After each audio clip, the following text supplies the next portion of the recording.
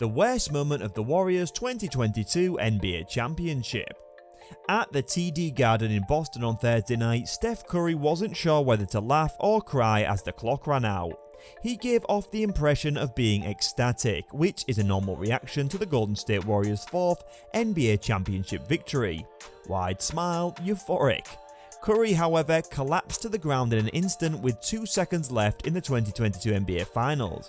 He wailed while cradling himself, bending his knees to his elbows and lowering his head. After going 0 for 9 in Game 5, Draymond Green predicted that Steph Curry would be furious when he walked to the court in Boston for Game 6 on Thursday. Curry did indeed become furious. Teammates, rivals, photographers and family flocked to the court as the buzzer sounded. Curry stood up, put his hands on his head, then lowered them as the tears streamed down his face. With a 103-90 victory over Boston Celtics in Game 6, the Warriors re-established their dynasty. Yet not since Curry's first championship in 2015 had Golden State begun the season with less anticipation. After losing Kevin Durant and Klay Thompson for an extended period due to injury, the Warriors were through a 2-year NBA drought as Curry coped with several health issues. Given the Warriors' history, it's unsurprising that they are back at the top of the NBA, but it was unlikely. The fact that no one is discussing the Warriors winning the championship while rebuilding is insane.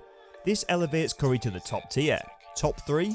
From the beginning, Shaq predicted that the Warriors would win the title.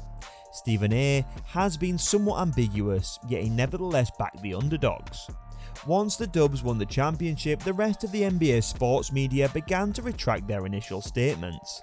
Let's have a look at how they have been rebuilding. April 16. Curry enters the postseason game as a substitute. Curry missed the regular season's final month due to a sprained ligament and bone bruise in his left foot, but he was given all clear to play in the Warriors' playoff run in April.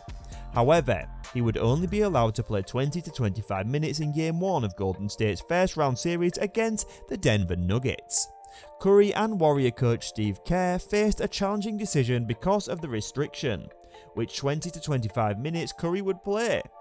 The Warriors had already placed a comparable restriction when Thompson made his comeback to the field in January following a 2-season absence.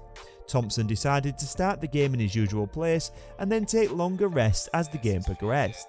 The strategy didn't work out as planned for Thompson, who struggled to keep his rhythm after leaving the game to substitute, spending 12 minutes on a stationary cycle and then returning to the field. Curry found himself in an unusual position during the player introductions before each of the first 4 games against the Nuggets, standing next to Kerr on the bench while Poole joined the 4 starters close to centre court.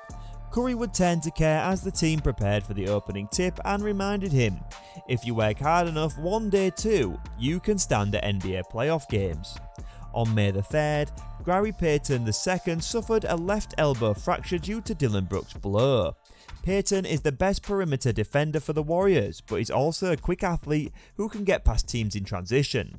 Green threw a pass to him in stride when Payton blew past the Grizzlies defenders, who were backing up early in the first quarter of Game 2 of the conference semi-finals against Memphis. When Payton made a quick move towards the basket, Brooks caught him from behind and struck the flying Warriors guard in the head with a full wind-up of his right arm. Below the basket stanchion, Payton fell to the ground. He quickly reached for his left arm and emitted a horrifying groan. Brooks was given a flagrant foul too, and Payton was sentenced to a 5-week of rehabilitation and therapy. Later that evening, Payton would learn that he had shattered his elbow. The Warriors were upset at the occurrence. The piece was described as nasty by Kerr. Then Kerr responded, "Dillon Brooks violated the code. Payton was the quintessential basketball journeyman when he joined the Warriors last year. He'd spent years trying to find a place in the NBA. He had even thought about giving up a playing career to work on the video coordinator." Payton's arduous trip should have culminated with his biggest selected as a star to guard dynamic Memphis All-Star Ja Morant for the remainder of the series, one of NBA's most challenging defensive assignments. Payton made a comeback in Game 2 of the finals and made all 3 of his shots in the allotted time.